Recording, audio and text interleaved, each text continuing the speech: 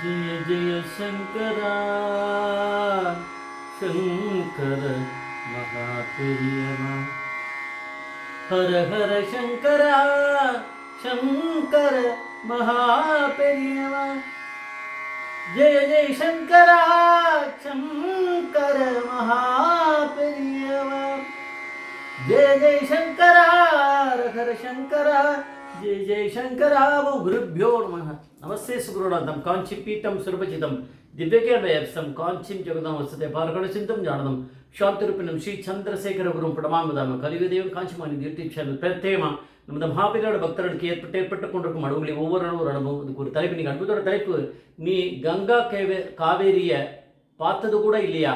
நீ கங்கா காவேரியை பார்த்தது கூட இல்லையா? இந்த சேனல் இது வரைக்கும் சப்ஸ்கிரைப் பண்ணாதவனா பண்ணுங்க, தனமே பாருங்க. இது வந்து பிரம்மஸ்ரீ கணேஷி சர்மா அவருடைய உபன்யாசத்தில் சொன்னதை எடுத்து நான் சொல்கிறேன். காஞ்சி மடத்தில் மகாபிரிவாக இருந்தால் அப்போ வந்து கார்த்திகை மாதம் அன்றைக்கி ஒரு அமாவாசை அன்றைக்கி பெரிய கியூ நின்றுருந்தது. அதில் ஒரு பர்டிகுலராக ஒரு ஒரு பெண்மணி வந்து மகாபிரிவா கேட்டால் இறங்கினா, உட்காந்த இடத்துலேருந்து கீழே இறங்கி நான் போய் ஸ்நானம் பண்ணிட்டு வரலாமா அப்படின்னு கேட்டால், அவளுக்கு ரொம்ப அது ஏடாகுடமாக இருந்தது. நம்ம கிட்ட போய் பர்மிஷன் பெரியவாக கேட்பாளா ஸ்நானம் பண்ணிட்டு வர்றதுக்கு? முடிச்சா, நான் ஒன்றை தான் கேட்குறேன், நான் போய் ஸ்நானம் பண்ணிட்டு வரலாமா சொல்லு அப்படின்னு. அவளுக்கு என்ன சொல்கிறது ஒன்றுமே புரியலை, சிரிக்கிறதா என்ன பண்ணுறது தெரியல. சரின்னு சிரிச்சுட்டே தலையாட்டினான். போனார், ஸ்நானம் பண்ணிட்டு வந்தார். வந்தவுடனே அந்த பெண்மணி கிட்ட சொன்னார் பெரியவா, இன்றைக்கி வந்து என்ன திதி தெரியுமோ அப்படின்னு. அமாவாசை திதி அன்றைக்கி கார்த்திகை மாதம் ஐயர்வாள் ஸ்ரீதர் ஐயர்வாள் வந்து கங்கையை தன்னோட கிரகத்தோட முன்னாடி கொண்டு வந்தார் அப்படின்னு உனக்கு தெரியுமோ அப்படின்னா. அவள் தலையாட்டினான். சரி, அதனால தான் உங்கள்கிட்ட உத்தரவு கேட்டு ஸ்நானம் பண்ண போனேன், ஏன்னா உன் பேர் கங்கா இல்லையா அப்படின்னா. அவளுக்கு ரொம்ப ஷாக்கிங்காக இருந்தது. அவள் அடிக்கடி மரத்துக்கு வரவதான், ஆனால் தன் பேரை வந்து பிரிவா கிட்ட ஒரு நாள் சொன்னதில்லை. அவள் பேர் கங்கா.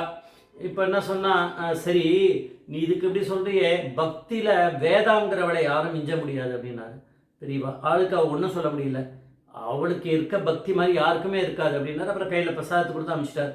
அவள் போகும்போது மடத்தில் அந்த வேதாங்கிறவ யாருன்றதை கேட்டுட்டு போனான். வேதாங்கிறவ யார், எங்கே இருக்கா?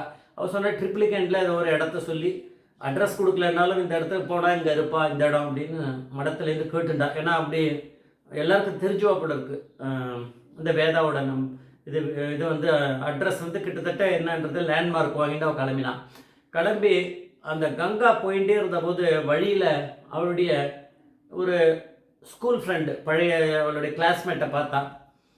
அவள் வந்து காவேரி, அவள் பேர்.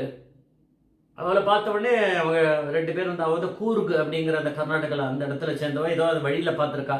அவகிட்ட வந்து நான் இங்கேருந்து வரேன், இந்த மாதிரி மாப்பிரிவான்றவர் இந்த மாதிரி சொன்னான், வேதாங்கிறவளுக்கு அவ்வளோ பக்தி. நான் அப்படியா, அவளை நான் பார்க்கணுமே அப்படின்னா. நானும் பார்க்குறதா தான் இருக்கேன், நல்லா ட்ரிப்ளிகேண்ட் போயிட்டு இருக்கேன், நீயும் வா அப்படின்னு. ரெண்டு பேரும் கிளம்பி அங்கே போனோம்.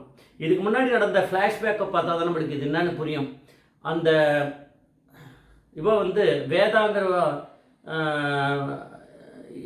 ரொம்ப அவருக்கு ஏகப்பட்ட பக்தி. ஒரு தடவை மகாபிரியா முன்னாடி ஒரு நாளைக்கு கேட்டிருக்காரு. அது கொஞ்சம் நாள் ஆகிடுத்து, கொஞ்சம் மாதம் போயிருக்கும். அப்போ கேட்டிருக்கா, நீ வந்து கங்காவில் ஸ்நானம் பண்ணியிருக்கியா அப்படின்னு கேட்டா. அவள் முழிச்சா, இல்லையே அப்படின்னா.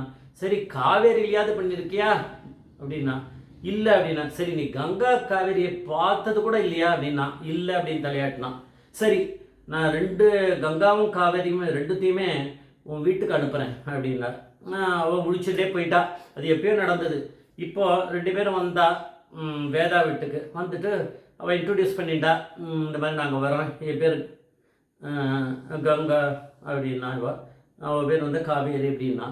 அதனால ரெண்டு பேரும் அமிச்சா. ஆனால் பெரியவா வந்து என்னன்னோ, நீ வேதாவை போய்ப்பாரு, அவளுக்கு இருக்க மாதிரி பக்தி யாருக்கும் இருக்காது அப்படின்னு உன்னை பற்றி தான் ரொம்ப ஸ்லாகிச்சு பேசினா பெரியவா மகாபிரிவா. அதனால தான் உன்னை பார்க்கலான்னு நான் கிளம்பினேன்.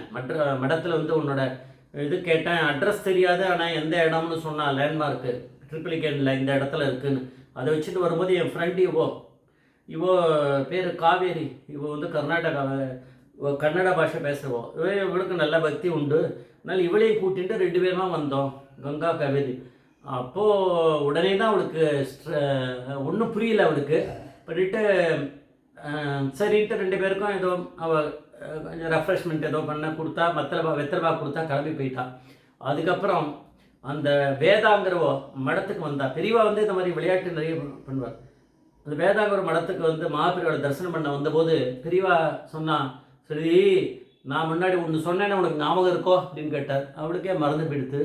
இப்போ வந்துட்டு போனால் 2 பேர் அதுக்கு இதுக்கு என்ன சம்மந்தம்னு தெரியல, அதனால சொல்லலை. பெரியவா சொன்னா, சரி உன்னோட வீட்டுக்கு உன்னோட பக்திக்கு மெச்சி நான் வந்து கங்காவும் காவிரியும் வீட்டுக்கு அனுப்புகிறேன்னு சொன்னேன், ஞாபகம் இருக்கா உனக்கு அப்படின்னா.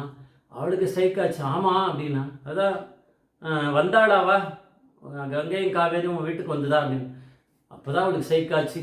ஆமாம் ஆமாம், எனக்கு இப்போ தான் நேற்றுக்கு தான் அவள் வந்துட்டு போனான் அப்படின்னு அவள் ஏதோ சொன்னான்.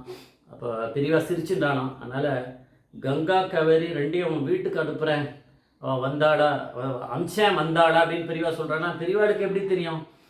கங்கா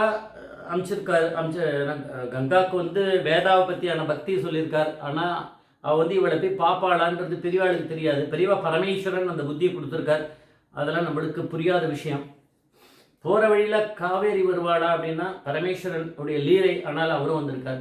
கங்கா காவேரியும் வேதா கிட்ட சொன்னபடி வந்து சேர்ந்திருக்கார். 2 பேரையுமே நேராக அமைச்சிருக்கார். பெரியவான்றது பரமேஸ்வரன் அப்படிங்கிறத நம்ம தெரிஞ்சுட்டாகணும். அவர் மேலே பக்தி நம்ம நிறைய பண்ணணும் அப்படின்னு மூலமாக எல்லாருக்கும் கேட்டுக்கிறேன்.